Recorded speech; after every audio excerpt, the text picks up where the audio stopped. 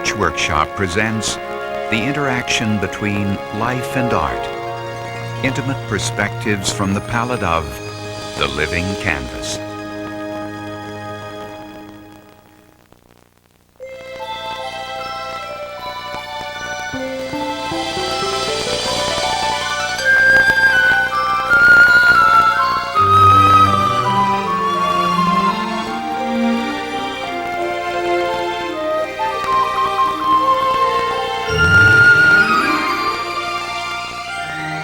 The pathway from reality to fantasy is shorter and narrower than people think. Once you find that magical window looking out on the realm of imagination, your mind can be awakened to endless possibilities. And when art and imagination work together, there's no telling how far the journey can take you.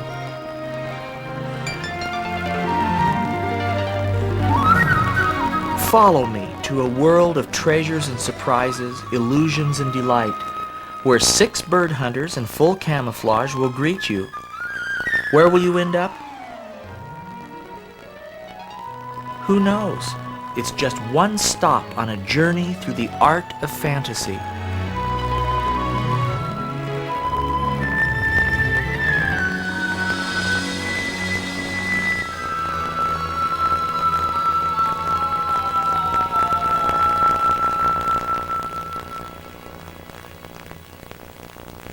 Imagination is necessary. The brightest and best of our thinkers, creators, and inventors began as dreamers and visionaries. Each of us possesses a boundless inner universe, some of it shared and some of it unique to ourselves. I don't sit down purposely to create a world. I just do paintings. But the continuity between those paintings, when you see them all together, begins to create a place. It is as if we were driving down the highway of reality and we just took a little left, off on a little lane where things weren't quite the same. Sometimes people will say to me, "You're so fortunate to have this vivid imagination that you were born with or inherited or something." And I have to poke them a little bit and say, get in touch with yours, because it's in there. You just have forgotten about it for a while.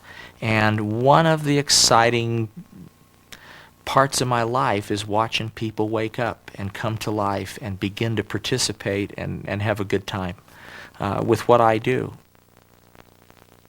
We need humor in our lives, and I think that humor has an important place in art. And I think the idea of making unreal things appear to be real, of creating a setting to make them believable for its own sake, not for religious purposes or mythological purposes, but for the enjoyment of the imaginary journey, is what fantasy art is. And there have been several artists through history that have done that have been a big influence on me. Hieronymus Bosch, Jan van Eyck, the Bruegels. These are artists who really used their imagination and created magic things, even though it wasn't especially whimsical. Some of the magical, mythological things of Rubens affected me in the Baroque period. Late in the 19th century, a group of artists around the Pre-Raphaelite movement really began to paint poetry, literature, mythology. They created these fantasy images. And William Waterhouse and Burne-Jones and some of these artists were really big influences on me. I think what an artist does is take the raw material of the visual world and the things that he observes and puts them all into his mind and lets them percolate together and be changed and slightly distorted to get a different view of those ordinary things. And when they come out as artwork, they have a magic of an individual perspective. When you look at one of my paintings, you are looking into the way I see the world and the way I interpret the world. And if that is a little different, a little unique, a little distorted, that helps you see things in a new way. And that's kind of fun.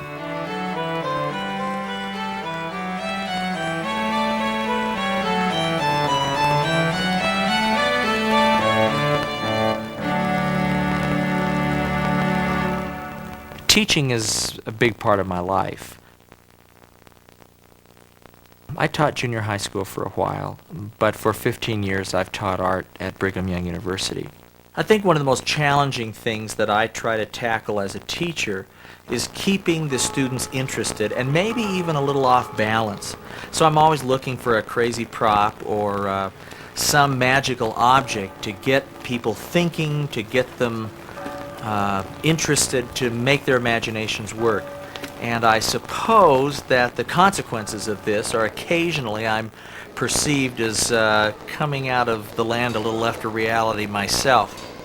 Okay, Zach, are you going to go lighter or darker against it with the background? Painting classes are always made up of a real diversity of folks, different ages, different approaches, different styles, and different media.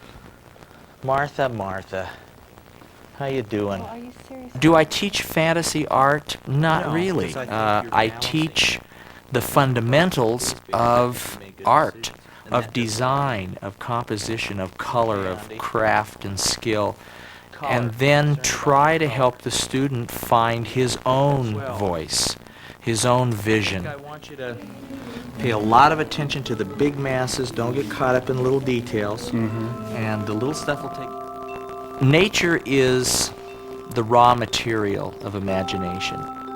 I've been very fortunate to have the opportunity to build a little place in the mountains that is a retreat, a magical place I can go to work and to be with my family and think about the magic. It's an extension of my artwork. When we built the cottage, the idea was to have intimate places that had surprises.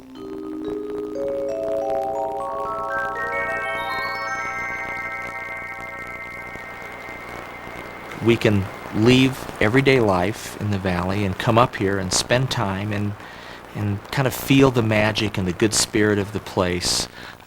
In the summer we take walks in the woods and see birds and animals, and in the winter the crisp snow makes another exciting environment.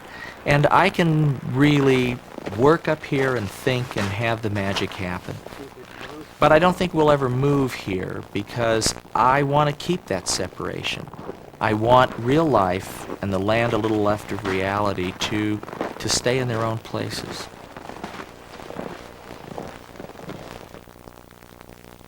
My work tends to range from serious, important heart messages to whimsical looks at humanity. And I think The Bird Hunters fits the latter category. It takes a look at the serious way we go about recreation and the attitudes we have about play.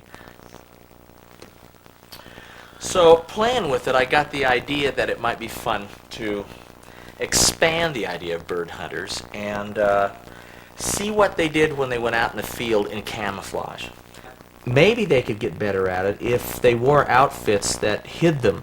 So what we ended up with after this sketch was this piece, which is a new print called 6 Bird Hunters in Full Camouflage. And I had a lot of fun with this piece. One of the characters has garden theme, flowers, little dirt, trees in his hat with some pears in them that maybe will bring in a few partridge. Another fellow is disguised as a butterfly, who is backing that up with a lot of whistles and horns for bird calls. Another fellow just wears bird stuff, making himself more comfortable and attractive to the birds. I think the one who's reconsidering is the character who disguised himself as a rock, because he used real rocks, and that severely limits his mobility. So I don't know how many birds he's going to get. The fish, it's a decoy. I'm not sure how the bird is reacting to this, and I'll tell you that I painted the bird's expression, his face, about 5 times. And I left a nice look that I'm not sure says, I'm as thick as 2 short planks and they're going to get me. because he's so dozy, or if that's a very sly look that says, give me a break. You know, is anybody dumb enough to fall for this? And of course, that's where the unexpected happens, and we're never quite sure who is going to get bonked. Now, a lot of people have asked, where is the sixth bird hunter? He's hard to see because he's very good. In fact, he's invisible. Have you seen the painting of Jules Hunchbacks? On his mind. These famous works of art were made by this man, James Christensen. Each painting can be made into a story. Just let your imagination soar. His famous works of art will stay within your heart, and happily ever after you will live with fantasy art. It's been very exciting to go around the country and visit galleries, and now that my work is out there, to watch this process that people go through as they become familiar with my paintings. It helps me make a connection, and it helps me get feedback from people. We get to go inside. There's an innocence about his pictures. There's a lot of childhood that I see in it. You know, a lot of symbolism, but it's a very innocent type of picture with really, I guess, a lot of joy in it. I guess that's the best way I can explain it. Fantasy is the art of waking up in us the child that we are. The child that sleeps within us, that child who was willing to believe and participate, who was willing to go out on a limb and say, what if? Some of us never stop being children. Oh my gosh, look at that. One year he came to our school, and ever since then our school has been totally focusing on his art and detail and stuff. And I've always loved his art because of all the colors and weird things that he introduces. They make me fun, but knowing that I was going to own one and be able to see it and chuckle in my own house, it's been a wonderful thing, and I hope to afford another. That's right. Well, that's for my daughter. She has a wardrobe like that, but she never leaves her room like that. I love the layers of clothing, and so if we see a bunch of little guys getting dressed in these magical outfits, it's kind of fun to say that's what they look like in the dressing room before they show up on the stage of the painting.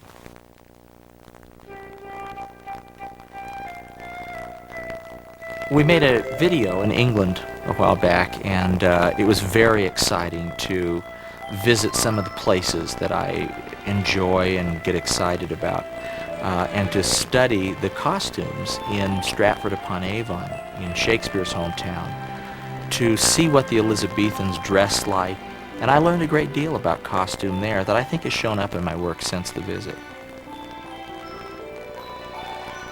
As an artist, one of my aims is to provide a point of departure for the viewer's imagination. When I paint, I want people to participate. I want to share something of my own life and ideals, but I want people to bring to the viewing of my artwork all their varied and unique life experiences too. When I see that little light go on in their eyes, that's when I feel good. Then I know that I've succeeded not just in pleasing my own eye, but in connecting with other minds and other imaginations.